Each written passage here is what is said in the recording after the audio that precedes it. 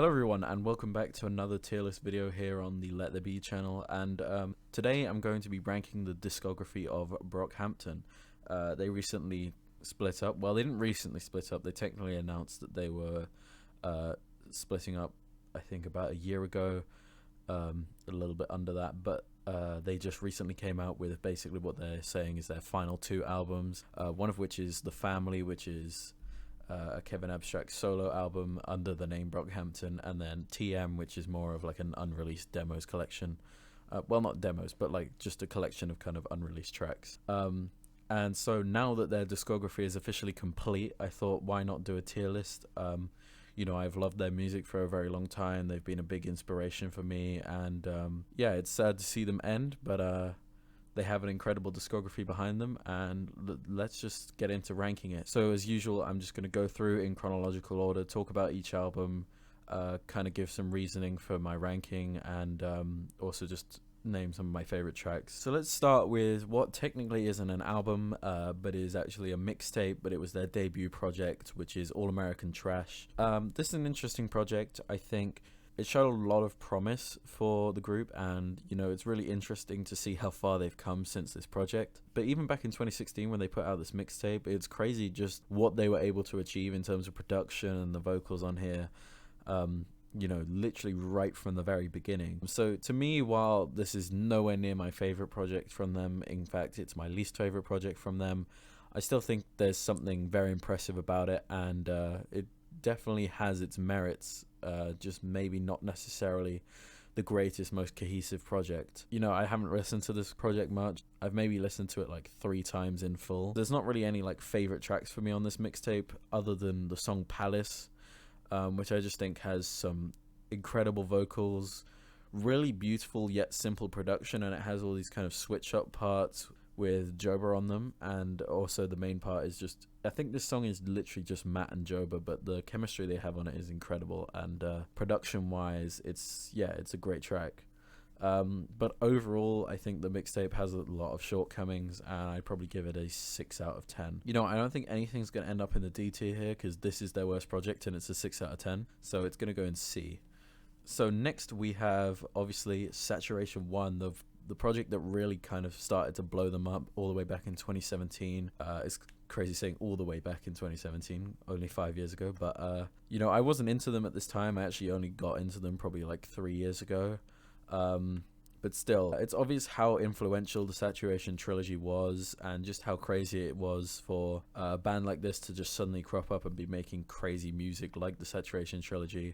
And it was just something about the energy and their creativity in this period that was like just really inspiring, and there's a load of amazing tracks on here. If I had to name some favorite tracks, I would probably say Face, Gold, Heat, Milk, and I like Waste. I think it's, out of the like Bareface closing tracks, it's probably my least favorite of the 3, but it's still a very cool song. And Star is another good one. Yeah, overall incredible project. Probably my least favorite from the Saturation trilogy, but that doesn't take away from it at all. It's still a really great album, and I would say it's an 8 out of 10, which is gonna pop it in the A category. Next we have Saturation 2, which is my favorite of the Saturation trilogy. I think this is a lot of people's favorite from the Saturation trilogy. I know Kevin Abstract has actually said that it's his favorite, and I guess it's just the energy that this one has. Like, the hype songs are way more hype, but there's also a lot more of these kind of the kind of subtle, more subdued songs on here, and I think the range that they showed on this project is, it's kind of just taking Saturation 1 and improving upon it, and I think that's kind of really impressive what they did with this project. My favorite tracks have got to be Gummy, Queer, Tokyo, and obviously Summer, which is easily one of the best songs in all of Brockhampton's discography. Bareface he's a musical genius, to be quite honest. He is an incredible guy. His production and his vocals on any song that he works on are crazy, and yeah, this is definitely gonna go in S tier. It might even be their favorite album from me. No, I will come to my favorite album of theirs. It's not this one. But moving swiftly forward, Saturation 3. Saturation 3 is my second favorite of the trilogy. It just kind of really takes the overall Saturation sound and refines it into, you know, its final form, because it's the final one in the trilogy. Also, I just want to say how consistently amazing the opening track and closing track of every single Saturation album is. Like, all three of them have incredible closing and opening tracks. And speaking of which, two of my favorite tracks on Saturation 3 are, of course, Boogie and Team. Also, Sister/Nation is possibly one of the best songs they've ever made. Also, I love Bleach and a bunch of other songs on here. It's incredible. Great album. The whole Saturation trilogy is amazing, and achieving something like this, putting out 3 albums that are all such high quality in a single year, is crazy, especially since these were all literally made just by the group living in a house together with just like recording setups in bedrooms and stuff. It's crazy, the level of quality on these projects. And Saturation 3 is also going to be in the S tier. This is also a 9 out of 10 for me. I don't like it as much as Saturation 2, but it's very, very close. And now we have the first post-Amir project and first project in the Best Years of Our Lives trilogy, which is obviously Iridescence. And this album is my favorite Brockhampton album. I don't know how much of a hot take that is, or you know, how much of a like, whoa, his favorite album is Iridescence, but the experimental nature of this project and the fact they apparently basically recorded it in like a week, that's not including like writing the songs or whatever, but they went to Abbey Road Studios in London, they made the album in a week.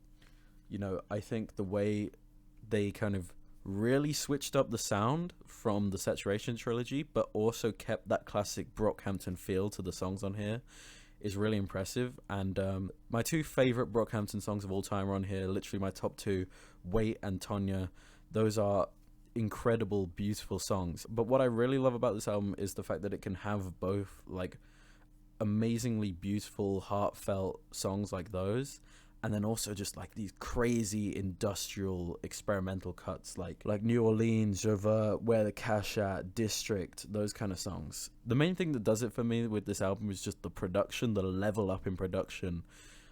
Just the really experimental, gritty beats on here, but also, like I said, some of the more beautiful kind of piano beats. And even a song like Wait, the production is crazy, you know, it has so many switch ups, so many kind of different beats for each different member's part. The whole kind of tape scratching vocal chop part that Kevin did on there is crazy, and this whole album is just really special to me, and that is why that is going right up at the top. My favorite Brockhampton album, 9 out of 10 easily. It's like a very high 9. It's possibly pushing a 10 for me, but I don't know if I can really consider it a 10 just yet. Next we have the second album in the Best Years of Our Lives trilogy, which is Ginger.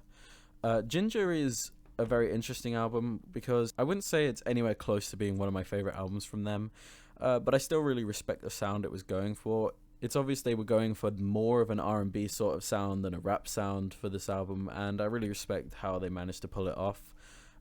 My 2 favorite tracks on here are probably No Halo and Sugar, which are the first 2 tracks. So obviously the album, I feel, kind of doesn't keep its momentum, but at the same time there is some incredible tracks on here. Boy Bye is amazing because it's like only a little bit over 2 minutes, but it manages to still be a posse cut with everyone on it. If You Pray Right, I really like. Dearly Departed is like one of the most heart-wrenching songs in their whole discography. And also, I forgot to mention Heaven Belongs to You, which is obviously a little interlude track with Slow Tie on it, but it's just such an unexpected collaboration that I really like him on that song, and it's a very cool track. Overall, I'd say Ginger's an 8 out of 10. Like I said, it's not one of my favorite albums from them, but I still really enjoy it, and it's going to go in the A tier just below Saturation 1. And to round out the Best Years of Our Lives trilogy, we of course have Roadrunner. This album got very mixed receptions from the fans. Personally, I fucking love this album. I think it really returns to what I loved about Iridescence, which is just how much it doesn't care about being very fluid with the styles of the songs. Obviously it hasn't got any of those like industrial style beats on here, but it has some kind of classic Brockhampton style songs like Buzzcut, Windows, Don't Shoot Up the Party, which are some of my favorites. But then it also has, once again, those like really heartfelt songs like Both Parts of the Light and What's the Occasion. Also, just I really appreciate how much they leveled up like the production on here. And also I really appreciate just the fact that they actually decided to bring in kind of features from outside the band, which is something that they have only done very, very occasionally before now. But there's some amazing features on here from like ASAP Rocky, ASAP Ferg, Charlie Wilson. But my absolute two favorite features is of course Danny Brown on Buzzcut and JPEG Mafia on Chain On. Two of my favorite rappers of all time, and having them on the album of a band I like so much like Brockhampton is crazy, and both of them absolutely killed their features. So for me, Roadrunner is a 9 out of 10. I really love this project. Personally for me, it sits just above Saturation 3, just under Saturation 2. And then we come to whatever we want to call this new era, I guess the end of Brockhampton, the final 2 albums. Obviously I haven't had as long to sit with these albums, they've been out less than a week. But I think these are really interesting, and I do have some thoughts on them. So let's start with The Family. So The Family was obviously promoted as Brockhampton's final album, and obviously it didn't turn out to be that, but it's really interesting how this is actually a Kevin solo album about Brockhampton. And I think just the vulnerability he has on here, and not holding back from kind of laying out why the band ended, and you know, his feelings about the band. And despite all the tracks being on here being kind of super short, just ideas, I think it really makes a very interesting and cohesive project. And there's some amazing songs on here. Big Pussy is an awesome song, RZA's an awesome song, Brockhampton's an awesome song. I love some of the guitar cuts like My American Life and Anywhere You Want Me. And Prayer is just a beautiful track. And yeah, there's just a bunch of really good songs on here. I think what Kevin and Bareface and Boy Life were able to do on this album is, once again, really impressive. And it's an 8 out of 10 for me. Personally, I'm going to put it at the bottom of A tier. I don't think it's as good as either of these 2 albums, but it's still a very impressive project. And you know, I'm just impressed that Kevin was able to put together something like this, obviously with the help of Bareface and Boy Life doing the production. And next we have TM, which is confirmed to stand for The Mountain. And, you know, I think this is an interesting project. Obviously, this project is kind of just comprised of leftovers from 2021, like Roadrunner sessions and the original last album sessions, and also a couple of tracks from Technical Difficulties in 2020. And, you know, I think there's some really good tracks on here. I really love FMG. My 2 favorites are almost certainly Man on the Moon and Duct Tape. Duct Tape especially. I love Jabari on that song. He really kills it. Obviously this project was put together by Matt Champion as kind of just a final goodbye to the fans, and I think it really works. I think production wise, I love the kind of spacey atmospheric production on here.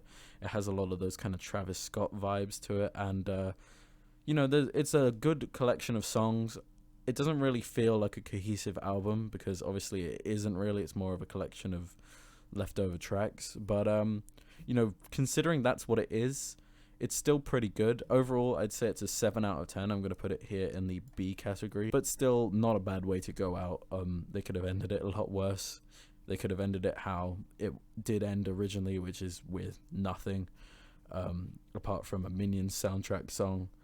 But, yeah, this is my final Brockhampton ranking. Let me know in the comments what you think. Let me know if you disagree. Let me know your personal rankings. And, of course, suggest any artists you want me to rank in the future. I have a couple of artists I have in mind currently, but I'm still open to suggestions, and maybe I'll get to those eventually. So, other than that, thank you for watching this video. And if you did enjoy it, don't forget to like, subscribe, all that good stuff.